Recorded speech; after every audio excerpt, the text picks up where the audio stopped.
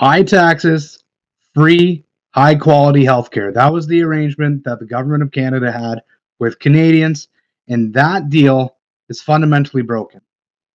Now, I'm not one to normally talk about things that are going on within my own personal life.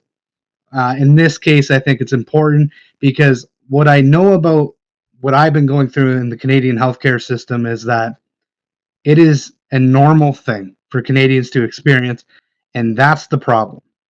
The pretext for this video is that Canadians on average are over $10,000 Canadian poorer per capita than the poorest US state.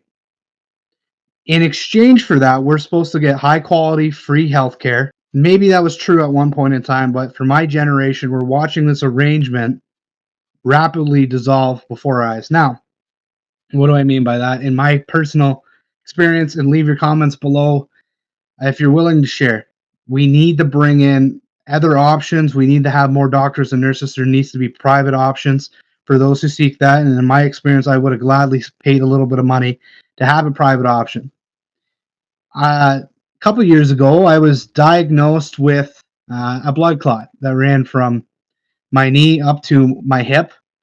And just a background on it, not to give too much information here, but they do a D-dimer test, which is to discover if there's a clot. And anything greater than 500 on your test results indicates that there is clotting.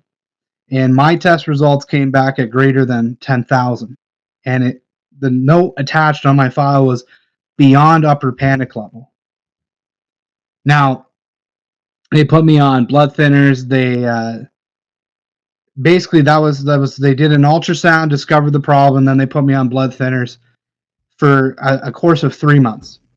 At the end of the 3 months, they sent me for blood testing and other D-dimer tests to see if the clot had cleared. In this case, by the grace of God, it did.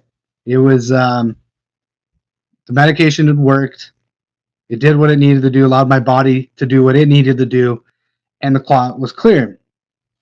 Less than 500 came back. That's good.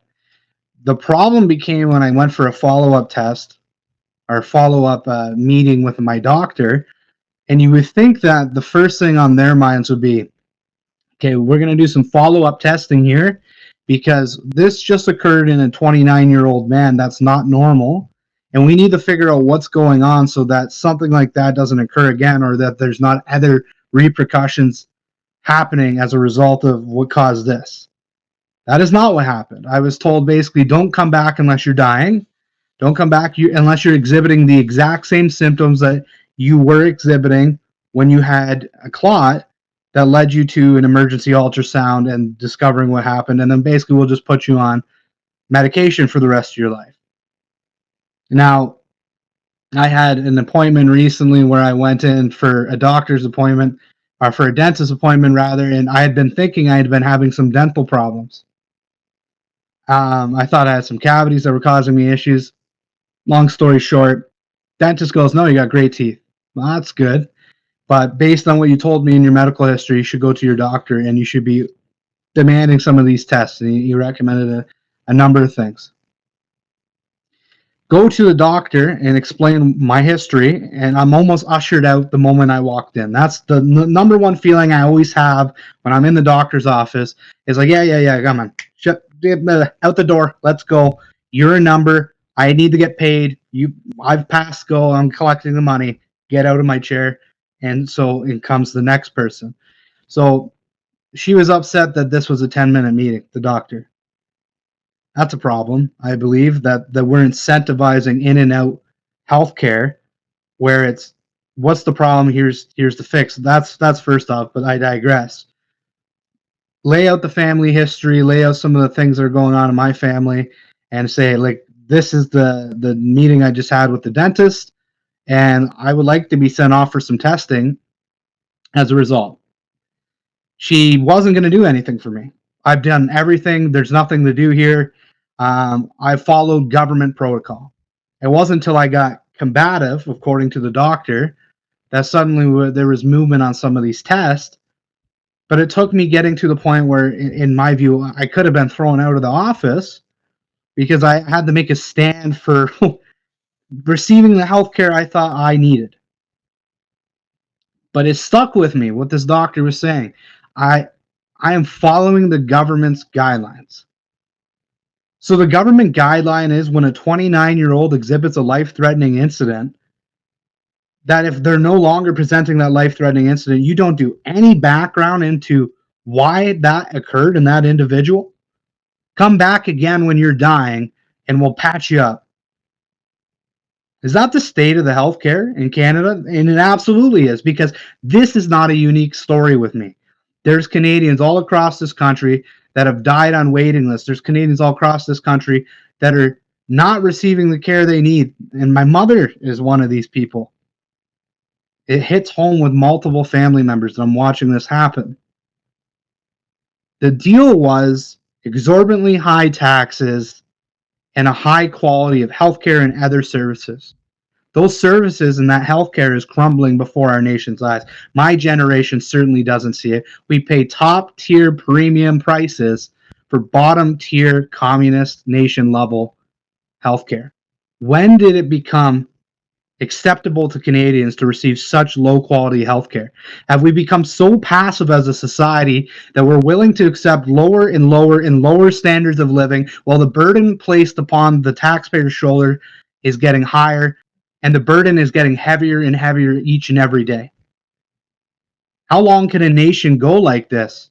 And the government solution at every turn is we will help you by taking more from your neighbor to give to you, or taking more from you to give to you, but never actually addressing the root causes of the problem. Is it possible that it's a failure? The current system we have is not working for Canadians, that taxing Canadians at exorbitantly high rates and then pumping money into the system in a way that they obviously don't know how to do is not working? Is it possible that private options might be a good thing? Because if you told me I could have avoided that doctor's visit, that was super uncomfortable for me. I don't like conflict. I don't like raising my voice or having to make a stink, as it were. If I could have avoided that and paid a couple $100 just to go get the testing I thought I needed to get done, I would have done it in a heartbeat, and it would have freed up a space for another patient that day.